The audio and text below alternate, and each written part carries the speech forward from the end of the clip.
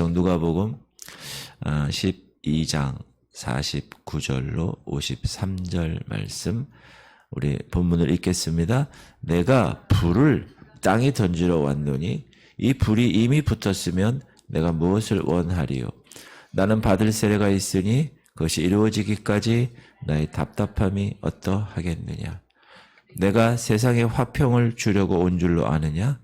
내가 너희에게 이르노니 아니라 도리어 분쟁하게 하려 함이로라.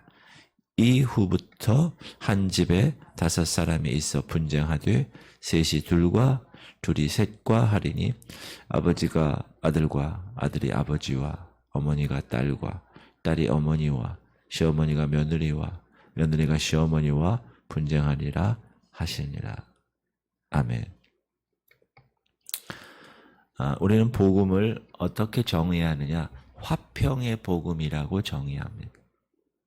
근데 오늘 말씀을 통해서 내가 세상에 화평을 주려고 온 줄로 아느냐?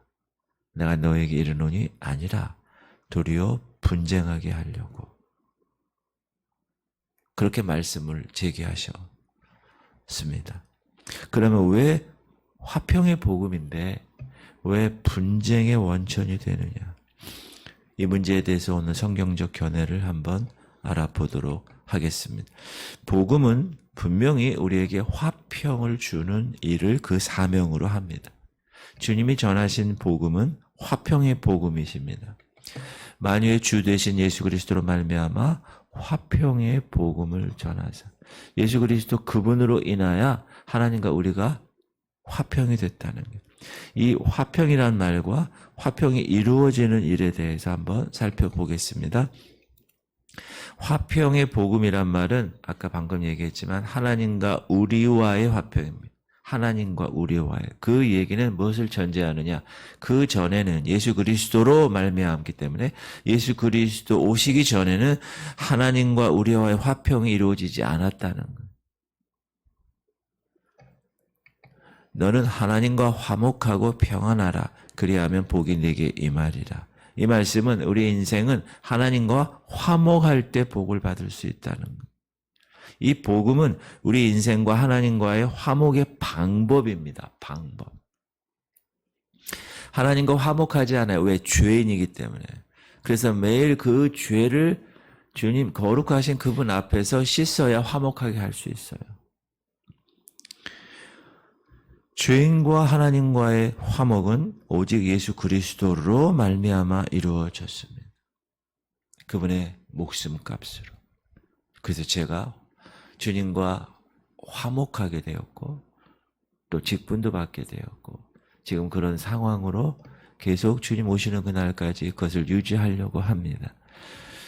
골로새서에 보면 그의 십자가의 피로 화평을 이루사 만물 곧 땅에 있는 것들이나 하늘에 있는 것들이 그로 말미암아 자기와 화목하게 되기를 기뻐하십니다.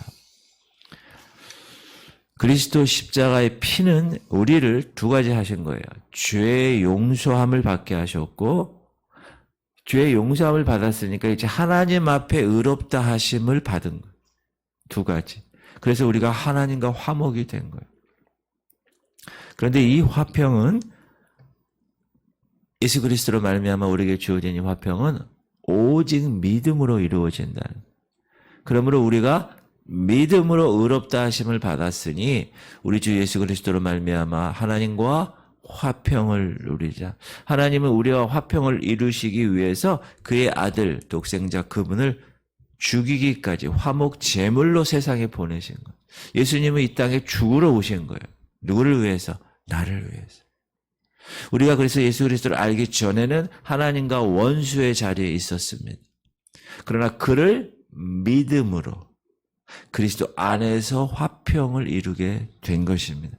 그래서 그 화평의 결과 하나님은 우리의 아버지가 되셨고 우리는 하나님의 아들이 된 것입니다. 그러면 우리는 하나님을 아버지라 부를 수 있는 거예요. 아빠, 아버지. 그리고 거기서 끝나지 않고 하나님은 우리에게 명령하십니다. 너희도 서로 화평하라. 복음이 말하는 화평은 서로 화평하는 겁니다. 나 혼자만의 화평이 아닙니다. 여기서 서로라는 것은 그리스도 안에서 한 형제가 된 사이, 저와 여러분입니다.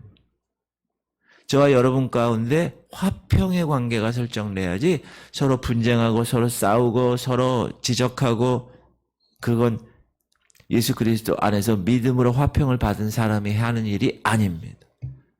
교회 공동체에서. 주님은 어느 정도로 이 형제의 화목을 이야기하셨는가? 여러분이 드리는 그 제물, 얼마나 귀중한 제물이에요. 예물. 근데 그거보다 형제의 화목이 더 중요하다고 하셨어요. 그러므로 예물을 제단에 드리려다가 거기서 네 형제에게 원망 들을 만한 일이 있거든, 생각나거든, 일이 있는 것이 생각나거든, 예물을 제단 앞에 두고 먼저 가서 형제와 화목하고 그 후에 와서 예물을 드리라. 이렇게 우리가 귀히 여기는 예물보다 더 귀히 여기는 것이 형제와의 서로 화목하는 겁니다. 그러므로 교회가 분열됨을 절대 안 돼요. 그래서 여러분 기도를 많이 하셔야 됩니다. 사단이 가만히 있을까요? 가만히 있지 않습니다. 사무총회 할 때 가만히 있을까요? 교회 창립 30주년 때문에 하나님께서 이 교회 주신 비전을 가지고 달려나가는 것을 사단이 좋아할까요? 싫어할까요? 가만히 있지 않습니다. 그러므로 우리는 그 사단의 세력을 다 깨부시기 위해서 항상 깨어서 기도해야 돼요. 그게 너무 중요합니다. 화평을 이루어야 합니다. 그럼 이런 화평을 어떻게 할 수 있을까요? 이룰 수 있을까요? 그 화평의 원천은 사랑입니다. 소금은 좋은 것이로되 만일 그 소금이 그 맛을 잃으면 무엇으로 이를 짜게 하리요? 너희 속에 소금을 두고 서로 화목하라 하시느라. 여기서 소금은 썩는 곳에 들어가서 썩지 아니하게 하는 것이잖아요. 근데 너희 속에 그것을 두라는 거예요. 사랑을 두라는 거예요. 형제의 사랑이 그만큼. 왜? 예수님이 우리를 사랑했기 때문에 그 사랑을 받은 자는 그 사랑을 실천하는 사람이어야 진짜다. 그렇지 않으면 가짜다. 우리가 형제를 사랑함으로 사망에서 옮겨 생명으로 갔어요. 시작. 우리는 형제를 사랑함으로 사망에서 옮겨 생명으로 들어간 줄을 알거니와 사랑하지 아니하는 자는 사망에 그냥 머물러 있느니라. 그러므로 우리 그리스도의 아이덴티티, 정체성은 사랑하는 거예요. 사랑. 그리고 우리가 그 사랑을 통하여서 서로 화평한 삶이 되었다면 하나님과, 이제 사람들로 하여금 화평케 하는 직분을 받은 자예요. 나만 화평한 것으로 이상 끝? 아니에요. 화평케 하는 사명을 허락하셨어요. 그 직책을 한번 읽어볼게요. 시작. 모든 것이 하나님께로부터 났으며 그가 그리스도로 말미암아 우리를 자기와 화목하게 하시고 또 우리에게 화목하게 하는 직분을 주셨다. 화목하게 하는 직분이 뭡니까? 복음을 전해서 그 사람도 그리스도로 인하여 믿음으로 하나님과 화평되게 하는 직분을 우리에게 허락하셨다. 저는 목사로서, 여러분은 성도로 구별된 존재로 하나님이 저 어두운 곳에 하나님과 아직도 화평의 관계를 맺지 못하는 사람에게, 그래서 우리가 전도 대상자를 지금 정해서 이름을 불러가며 기도하잖아요. 그게 여러분이 화평케 하는 직무를 감당하고 있는 거예요. 모든 인류는 하나님과 원수 관계에 놓여 있습니다. 왜? 죄 문제 때문에. 제가 어제 오후 예배 얘기했죠. 선택. 아담은 범죄함을 선택했어요. 우리에게 그 범죄함을 계속 유전시킨 존재가 되었잖아요. 하나님과 원수 관계에 놓이게 됐습니다. 그 이후에 태어나는 모든 사람들은. 그래서 우리가 화목해 된 자로 복음을 전하는 일은 그들로 하나님과 화평케 하는 일이다. 이 위대한 사명을 하나님은 우리에게 맡기셨다. 천하보다 귀한 한 영혼이라는 한 영혼. 그 한 영혼은 하나님이 우리를 통하여서 화평케 하기를 원하신다는 사실. 이 지역 교회는 이 지역 사람의, 이 지역에 있는 사람을 위해서 존재하는 겁니다. 그러므로 19절 곧 하나님께서 그리스도 안에 계시사 세상을 자기가 화목하게 하시며 그들의 죄를 그들에게 돌리지 아니하시고 화목하게 하는 말씀을 우리에게 부탁하셨다. 나에게 부탁하셨다. 화목해 하라신 그 찬양처럼 우리에게 부탁하셨어요. 그런데 오늘 본문 보니까 분쟁에 관한 이야기가 나옵니다. 복음은 화목해 하는 능력이 있고 그것이 그 복음의 정체성이지만 요소요소의 분쟁을 일으킨다 이렇게 얘기하고 있습니다.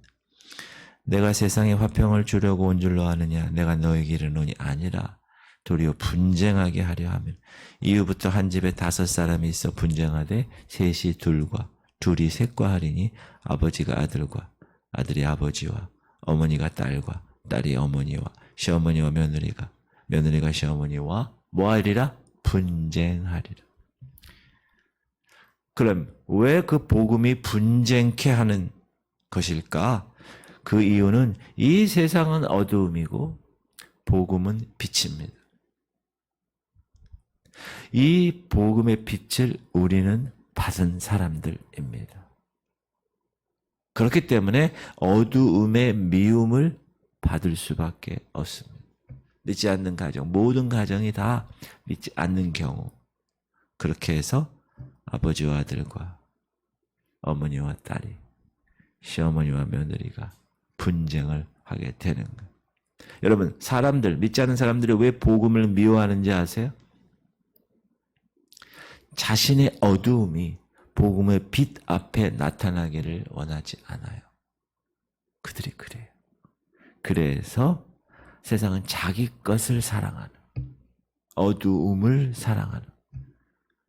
그럼 어두움을 사랑하면 뭐를 거부할까요? 빛을 거부하고 미워합니다.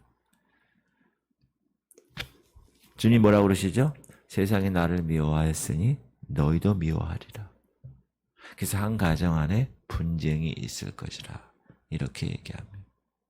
그래서 주님은 복음을 전하는 저와 여러분에게 처신에 대해서 어떻게 얘기하죠? 뱀같이 지혜로우라고 얘기하십니다. 시작.